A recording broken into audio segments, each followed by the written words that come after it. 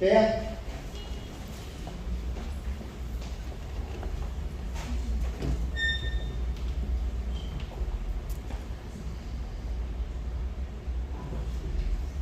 Josué capítulo 21, 43 ao 45. E a palavra do Senhor nos diz o seguinte: assim o Senhor deu aos israelitas toda a terra que tinha prometido sob juramento aos seus antepassados, e eles tomaram posse dela e se estabeleceram ali. O Senhor lhes concedeu descanso de todos os lados, como tinha jurado aos seus antepassados. Nenhum dos seus inimigos pôde resistir-lhes, pois o Senhor entregou todos eles em suas mãos. De todas as boas promessas do Senhor à nação de Israel, nenhuma delas falhou, todas se cumpriram. Amém. Vamos orar. Senhor, nós te agradecemos pela tua palavra tão importante nas nossas vidas. Nesse momento, nós pedimos ao teu Espírito Santo que nos ajude a entender, a compreender, que o Senhor nos ilumine para que a gente possa aplicar aquilo que será pregado às nossas vidas, que essa mensagem não seja apenas um evento da nossa agenda semanal, mas que seja um encontro com o teu Espírito Santo. Nós oramos porque dependemos de ti. Em nome de Jesus. Amém e amém. Muito bem, os irmãos podem se assentar. Olha, eu ia pedir que os irmãos se assentarem, obrigado. Minha garganta falhou aqui. Semana passada, não sei se vocês notaram, mas a minha garganta ficou muito seca, né? Não sei se era questão do tempo, né? Acho que estava um pouquinho mais frio que hoje. Sinal tem ficado frio no final de semana. Durante a semana um calor, né? Essa semana tem ficado 36 graus, eu acho.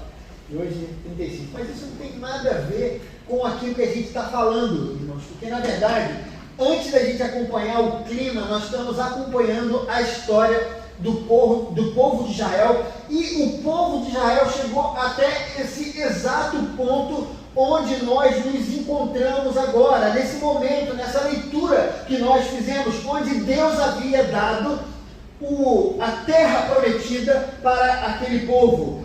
Deus havia feito uma promessa no passado. Deus prometeu a Abraão que se ele o seguisse fielmente, ele receberia uma terra como herança. Deus lhe daria um filho. Desse filho, Deus lhe daria uma descendência, e dessa descendência ele abençoaria todas as famílias da terra. De Gênesis a Deuteronômio, nós vimos como Deus foi cumprindo aos poucos a sua palavra. Eu peço para alguém olhar para ver se está gravando ali, e se realmente eu coloquei para gravar, por favor, né? Muito bem, queridos, voltem comigo aqui, prestem atenção em mim. Desculpa eu ter tirado a atenção de vocês, mas eu não podia deixar isso passar. Então, de Gênesis a Deuteronômio, conforme eu estava dizendo, nós vimos como Deus foi cumprindo aos poucos a sua palavra. Primeiro, Deus cumpriu a sua palavra com os patriarcas. Depois, Deus retirou o povo do Egito. Depois, quando Deus guardou o povo enquanto caminhavam no deserto. Então, Deus prometeu, e aos poucos ele foi construindo essa promessa. E o livro de Josué, esse que nós temos lido nessas últimas semanas, é a concretização daquelas promessas de Deus. O que Deus cumpriu, Deus estava agora cumprindo. Lembrando, queridos, que os 40 anos não era o que o povo de Israel viveu no deserto, não era exatamente a distância entre o Egito e Canaã. Se nós nos lembrarmos da história, a gente vai ver que os espias, eles foram comissionados por Moisés para espiar o Canaã, logo que eles saíram do Monte Sinai, e ali eles gastaram aproximadamente 40 dias indo, né, fazendo todo aquele trabalho de detetive e voltando. Então isso levou aproximadamente 40 dias. Israel, queridos, não viveu 40 anos no deserto por causa da distância geográfica, porque não era tão grande assim a distância, mas ele viveu 40 anos de deserto por causa da distância que o coração deles tinha de Deus. Aquela primeira geração que saiu do Egito presenciou as grandes maravilhas do Senhor. Só irmãos, talvez a geração de Elias e Eliseu viram algo da mesma importância, e só a geração de Jesus viu algo superior ao que aquela geração havia testemunhado, aqueles grandes milagres que eles haviam testemunhado. Mas nada daqueles grandes milagres do Senhor foram suficientes para quebrantar aqueles corações. Quando Deus disse: vocês não entrarão na terra, Deus sabia o que se passava em seus corações. No relato bíblico há, queridos, uma clara progressão na obstinação daquele povo que sai do Egito. Primeiro, eles duvidaram que Deus poderia fazer alguma coisa. E até aí, irmãos, tudo bem, né? Se de repente chega um tal de Moisés, que estava 40 anos sumido do Egito, chega lá dizendo: olha, o Deus dos nossos antepassados apareceu a mim no deserto e disse que vai libertar a gente do Egito, né? Quem é que poderia acreditar logo de vez numa oferta dessa, né? Não, como? O Egito é muito poderoso. Então é até compreensível que eles no começo tenham duvidado. Mas depois de presenciar o poder de Deus, conforme eles presenciaram, eles começaram a murmurar. Depois eles reclamaram da liderança de Moisés. Depois as bênçãos extraordinárias, o maná, a água no deserto, a nuvem de fogo, a nuvem que os protegia do sol, tudo isso tornou-se enfadonho para eles, deixou de ser extraordinário. Depois eles começaram a reclamar do próprio Deus. E por último, para fechar com chave de ouro, eles começaram a adorar Baal no próprio arraial de Israel, onde Deus estava. Queridos, e o curioso é que se Deus houvesse permitido que eles entrassem na terra, nenhuma dessas coisas teria acontecido. Se eles, logo depois do Sinai, tivessem entrado na terra, nenhuma daquelas coisas, daquilo tudo que eles viveram no deserto, teria acontecido. Eles assumiriam a terra, mas haveria um problema. A iniquidade permaneceria dentro dos seus corações. Deus, na verdade, não estava olhando o que era externo, mas Deus olhava para dentro do coração daquelas pessoas. Por isso é que Deus permitiu, queridos, que eles peregrinassem por 40 anos no deserto. E nessas 4 décadas, seus corações foram aos poucos sendo descortinados. Cada dificuldade que eles passavam, cada desafio, não era mais Deus se revelando a eles, mas era como uma tentação, fazendo com que o coração deles fosse revelado diante de Deus. Eles eram a forma de Deus, as tentações e as dificuldades eram a forma de Deus trazer à tona a impiedade latente nos israelitas. E o que vimos, queridos, é que todo tipo de maldade e iniquidade, as murmurações, tudo aquilo era somente a ponta de um iceberg. A adoração que acontece a Baal Peor, vocês lembram, eu preguei sobre isso, quando nós falamos sobre Números capítulo 25, aquela adoração deflagrou um nível de indiferença e descaso que esta primeira geração tinha para com o seu libertador.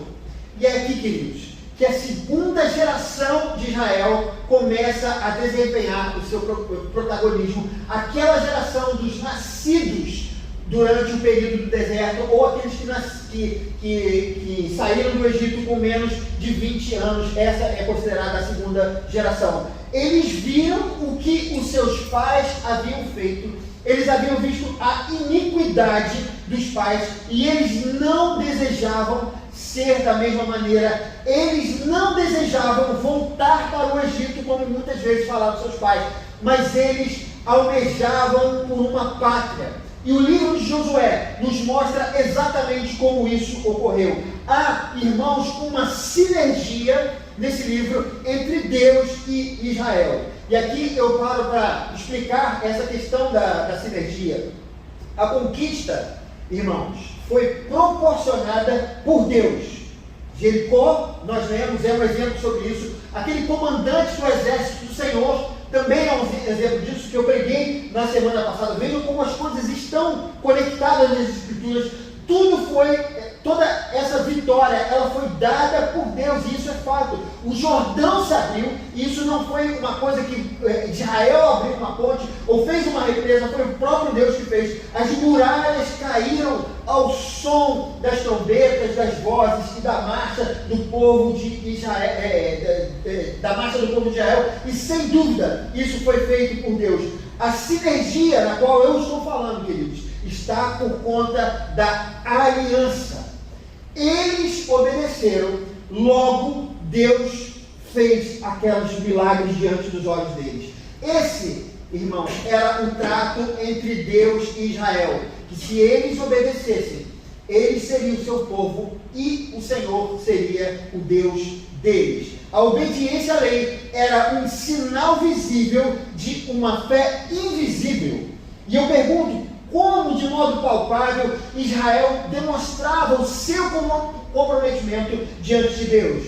Queridos, eles demonstravam através da sua submissão à vontade divina expressa nos mandamentos, e essa geração era comprometida com esses mandamentos do Senhor. E por isso, muitas vezes, o povo nem precisou lutar, como nós vimos no caso da cidade de Jericó. Eles confiaram em Deus, eles se preparavam para a batalha, eles seguiam as ordens de Josué, mas no final, quem agia poderosamente era o Senhor.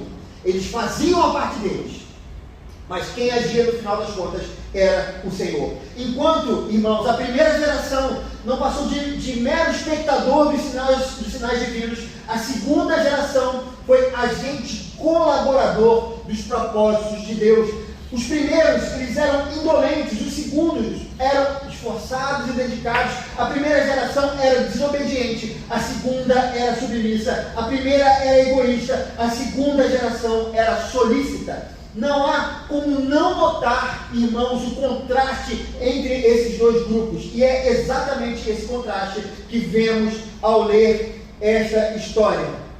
Tanto o Pentateuco como os históricos, que são Juízes, Josué, Samuel e Reis, estão apontando para a aliança e para a obediência. É como se o relato bíblico, irmãos, dissesse: sigam por esse caminho, siga este exemplo. Há uma bênção prometida para todos os que escolhem obedecer. Todo o relato bíblico aponta para essas três coisas. Essas histórias que seriam contadas e recontadas para as futuras gerações de Israel deveriam servir como uma referência para eles.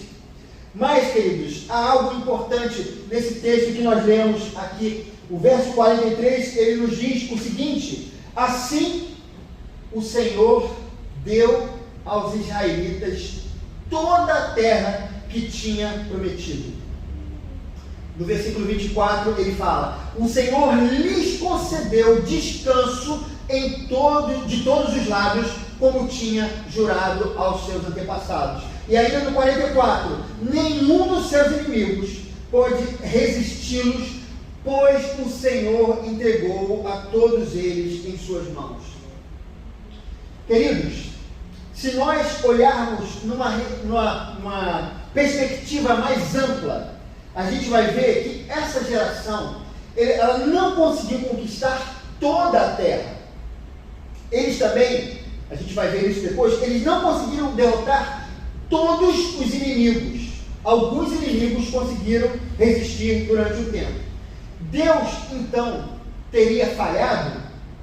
De modo algum, irmãos. Aquela geração havia experimentado todas as promessas divinas. Eles conquistaram Canaã, mas o tempo estava passando. Josué estava envelhecendo. Eles não tiveram tempo suficiente para continuar a conquista, pois se eles tivessem tido tempo, eles teriam conseguido, porque eles obedeciam ao Senhor, eles se submetiam à vontade divina. As batalhas, a gente precisa se lembrar, né, aconteceram durante décadas, ali, aquele período da entrada, não aconteceu tudo em 2 semanas, né? Décadas foram se passando até que Israel fosse conquistando cada um daquele terreno ou daquelas cidades. A obediência da segunda geração lhes proporcionou o descanso temporário. Era um descanso necessário para eles que confiaram no Senhor. Mas o mesmo deveria ser feito pela próxima geração. As próximas gerações, elas deveriam seguir esse mesmo caminho para também alcançar esse descanso. O exemplo estava dado, eles só precisavam seguir a receita do bolo. Porém, aqueles que já leram as Escrituras, como os irmãos já leram, estão lendo, sabem que isso, queridos, não durou muito tempo. No livro de Juízes, ele vai nos dizer que as próximas gerações, elas não foram tão fiéis quanto essa segunda geração, mas o importante é que ela experimentou as bênçãos da aliança. Talvez essa tenha sido a melhor de todas as gerações de Israel, se comparadas com as demais, possivelmente, queridos, até melhor do que da época de Davi e até melhor do que aquela que voltou do cativeiro babilônico. Queridos, eu gostaria de fazer uma aplicação disso que nós lemos aqui, que nós falamos aqui. Amados, assim como a obediência daquela geração foi a causa do seu sucesso, para nós, a obediência é a chave para o sucesso pessoal. No começo dessa vocação de Abraão, a gente vê que ele foi chamado para receber uma terra e gerar um filho. Queridos, interessante, né? O que são essas coisas, senão apenas aquilo que a gente trata aqui na igreja de bênçãos transitórias. Essas não são bênçãos eternas, né? Porque tudo o que acontece aqui, ainda que seja a maior das bênçãos do Senhor aqui na terra, ainda que Ele te dê, sei lá, uma mansão, uma coisa aí maravilhosa, você fala, nossa, essa bênção foi de Deus, é incrível, tal. Se ela for dada aqui na terra, um dia ela vai ficar velha. E essa bênção, o que Abraão desejava, Deus prometeu a ele. Mas esse não era o fim último da vocação de Abraão. Deus tinha algo para além daquilo que o próprio Abraão poderia enxergar. Por trás do chamado de Abraão havia o plano de Deus para a salvação do mundo. Outra coisa, queridos, o próprio povo de Israel foi movido pela busca da bênção da conquista. Eles também saíram do Egito porque havia a expectativa deles receberem uma herança que havia sido prometida aos antepassados.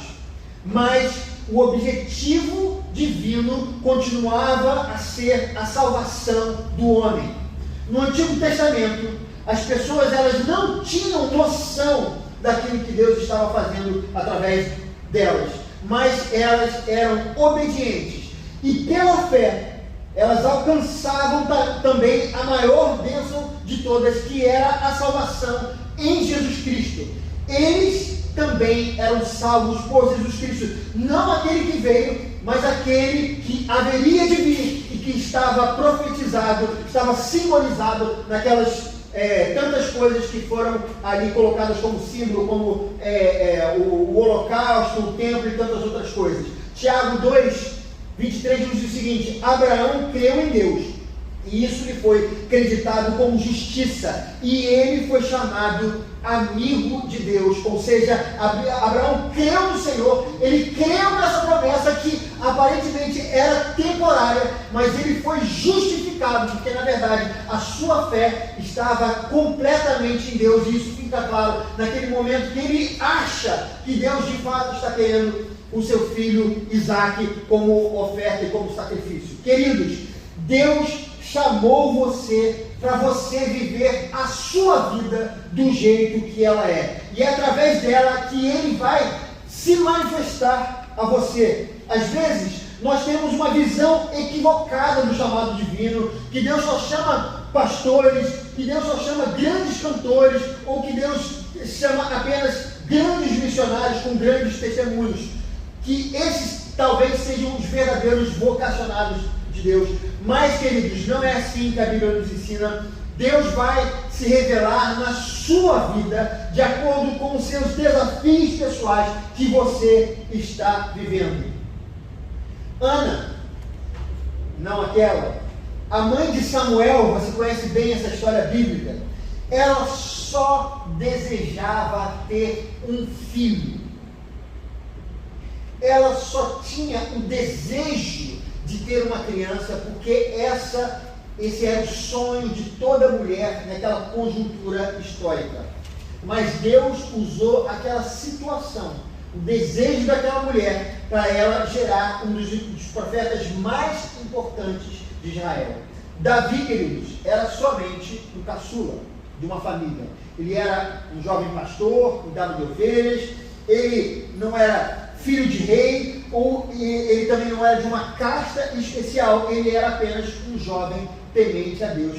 Mas, por ser temente a Deus, ele foi chamado para pastorear a nação de Israel, para reinar sobre a nação de Israel.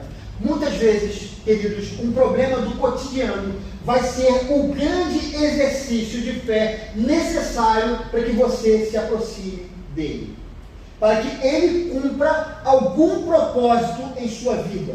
Muitas vezes nós idealizamos as coisas, achamos que na nossa vida precisa aparecer um anjo, né, na nossa frente, com alguma mensagem, ou então a gente vai ter uma grande visão, onde Deus vai nos dizer alguma coisa muito grande, ou então alguém, um missionário da televisão, vai falar uma palavra direta para as nossas vidas, para os nossos corações, né, sobre o nosso futuro. Amados, mas não é assim que a Bíblia nos ensina. Deus pode usar qualquer recurso, inclusive esse que eu falei agora, mas é através da fé, é através da confiança, é através do compromisso e da obediência aos mandamentos que Deus vai se manifestar na sua vida. Eu queria, queridos, concluir a mensagem de hoje dizendo que aquela geração, ela confiou em Deus, aquela segunda geração confiou em Deus, e por isso, em primeiro lugar, ela experimentou a plenitude. Eles descansaram após 40 anos de jornada no deserto. Agora eles poderiam viver uma vida normal, plantando, colhendo, criando animais, desfrutando da terra, sem a necessidade de milagres cotidianos para a sobrevivência. Quer dizer que o milagre no Egito não era tão importante? Não, eu estou dizendo é que o milagre de Canaã foi maior do que qualquer outro milagre, que se você parar para ver, Deus efetuou vários e vários milagres para que aquele povo estivesse em plenitude naquele lugar, para que aquele povo estivesse provando daquela terra sem a necessidade de Deus dar a eles o alimento diário, porque Deus já havia dado através daquela terra que era extremamente fértil e boa para que eles pudessem se desenvolver. Segundo lugar, queridos, aquela geração confiou em Deus e por isso ela também viveu segura. Lá na frente a gente sabe que os assírios vão invadir Samaria, os babilônios vão invadir Jerusalém e eles vão provar de vários e vários flagelos do povo de Israel. Mas essa geração experimentou a paz que eles desejavam. O texto nos diz que nenhum inimigo nem se aproximava, porque eles sabiam que Deus guardava aquela nação. E eles nem tinham coragem para chegar até lá. Não era porque eles tinham um grande exército, porque eles eram poderosos, porque eles eram muito grandes, como os assírios, como os babilônios. Não era por nada disso, mas era porque o próprio Senhor dava a segurança necessária para o povo de Israel. E por isso, eles experimentaram a paz. Aquela geração experimentou o que muitas vezes várias outras gerações de Israel que não creram no Senhor não experimentaram.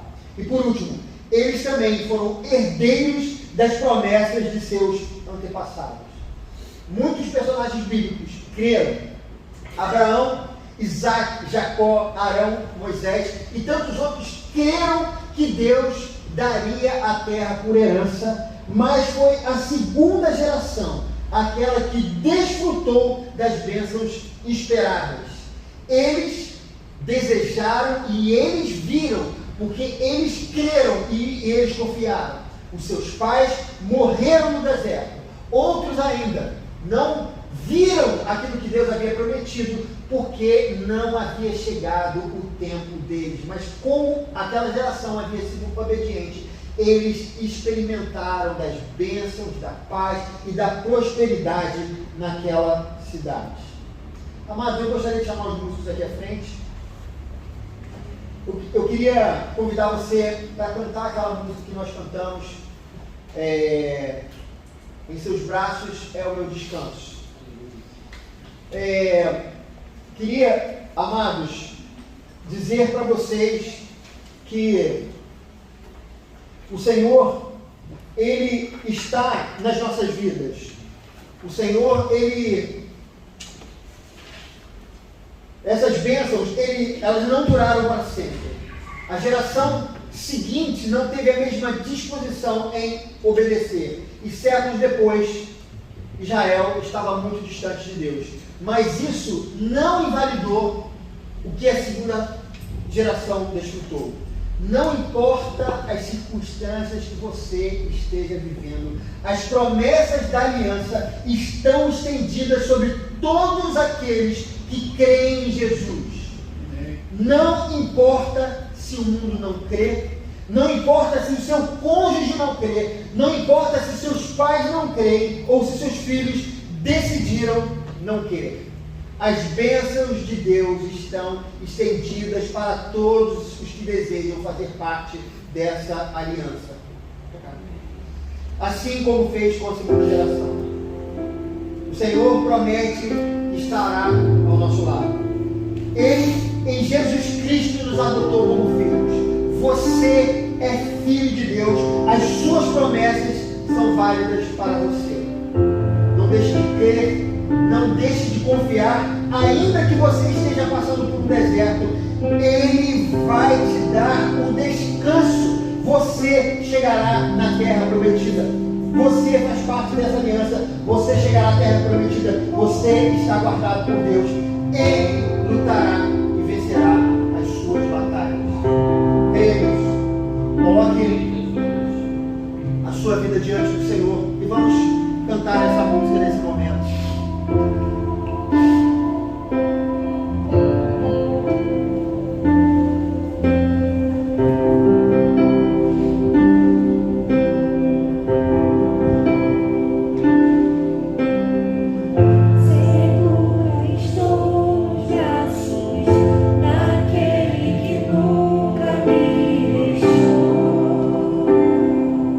Esse momento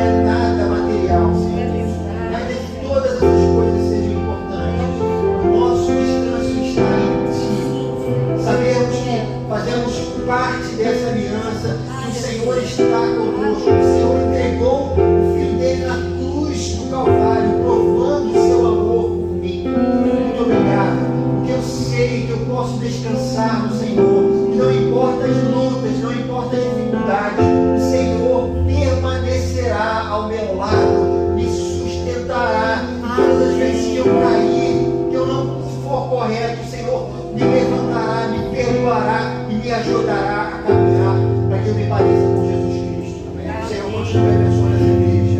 O Senhor esteja conosco, nos livrando de todo mal. Livra-nos, Senhor Deus, da violência, das balas perdidas. Guarda a nossa vida, proteja-nos, Senhor Deus. Que o Senhor possa abençoar materialmente a vida dos irmãos, toda a prosperidade, aquela que vem do alto, não a prosperidade do mundo, mas aquela que vem do Senhor. Que o Senhor abra portas de trabalho para aqueles que necessitam. Que o Senhor dê também saúde aos que estão passando por momentos difíceis. Que o Senhor dê saúde emocional também àquelas famílias que necessitam, aqueles irmãos que necessitam. Cura, Senhor Deus, as pessoas, assim como o Senhor veio aqui na terra e curou tantas pessoas. Cura-nos, nós precisamos da tua cura, seja em qualquer área da nossa vida. Nós dependemos de ti, nós precisamos de ti. O Senhor abençoe a vida de cada um, uma semana nos livrando de todo o mal. Nós oramos assim, em nome de Jesus. Amém. Amém. Levante suas mãos, agora com as palmas voltadas para cima.